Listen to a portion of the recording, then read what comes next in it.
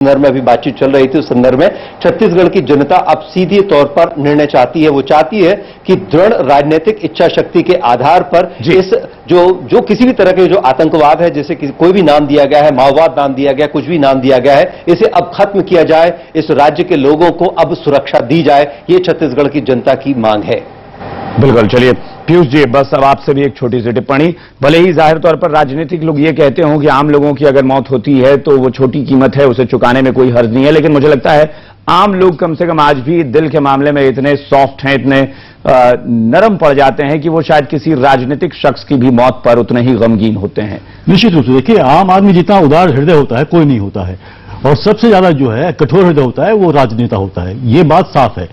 वो बड़े बड़े वादे करता है, बड़ी बड़ी लफाजी करता है, लेकिन जो है वाकई जो है वो बिल्कुल उसके विपरीत काम करता है। और मैं तो कहूंगा, देखिए, चाहे वो आतंकवाद हो, चाहे वो माओवाद हो, वो तब तक नहीं सुलझेगा जब तक कि इस पर राजनीति खेली जाएगी।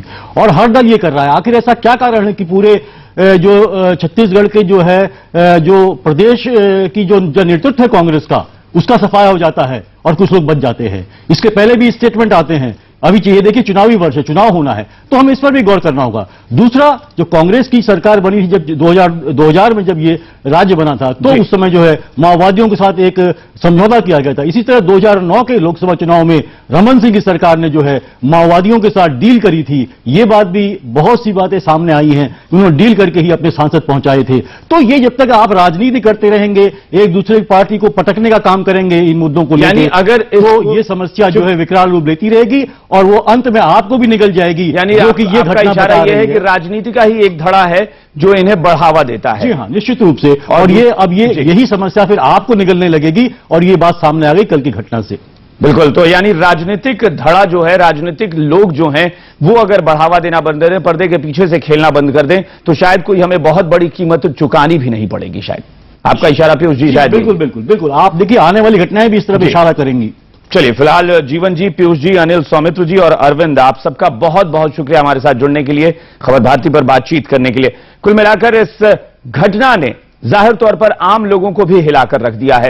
राजनीतिक लोग जो हैं वो राजनीति की बातें करते रहें, राजनीतिक दल जो हैं वो आपस में खींचतान करते रहें, राज्य और केंद्र के बीच एक खींचतान चलती रहे, या सेना और सुरक्षा बल के बीच आरोप प्रत्यारोप होता रहे कि यहां सुरक्षा की चूक थी या नहीं थी, लेकिन जो कुछ नुकसान हुआ है उसकी भरपाई करना शायद बहुत मुश्किल होगा।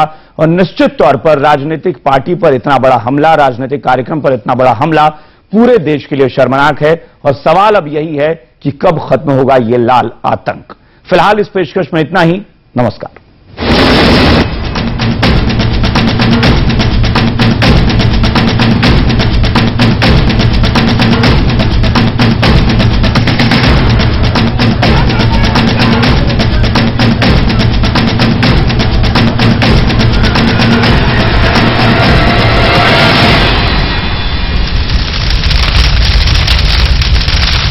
क्या बात कर देते यार, सिर्फ 10,000 की आसान किस्तों में घर हमारा। 10,000 की इजी ईएमआई में हम घर भी ले सकते हैं। 10,000ची ईएमआई घर। बिल्कुल, शीतल समूह की शीतल मेगा हाइट्स में मात्र 10,000 रूपए की आसान किस्तों में घर आपका होगा। मंडीदीप, गज्जू पिपलिया रोड पर स्टेशन के पास 1 and 2 BHK flat starting from 7.99 lakh.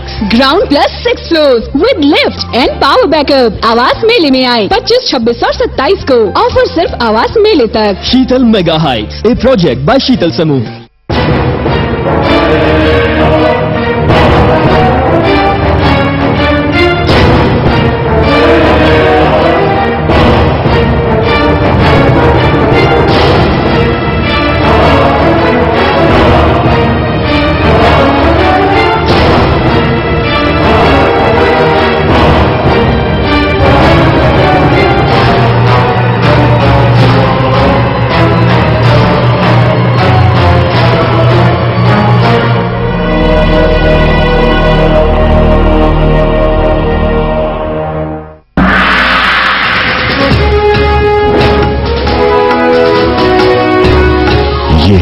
Sai Prakash telecommunication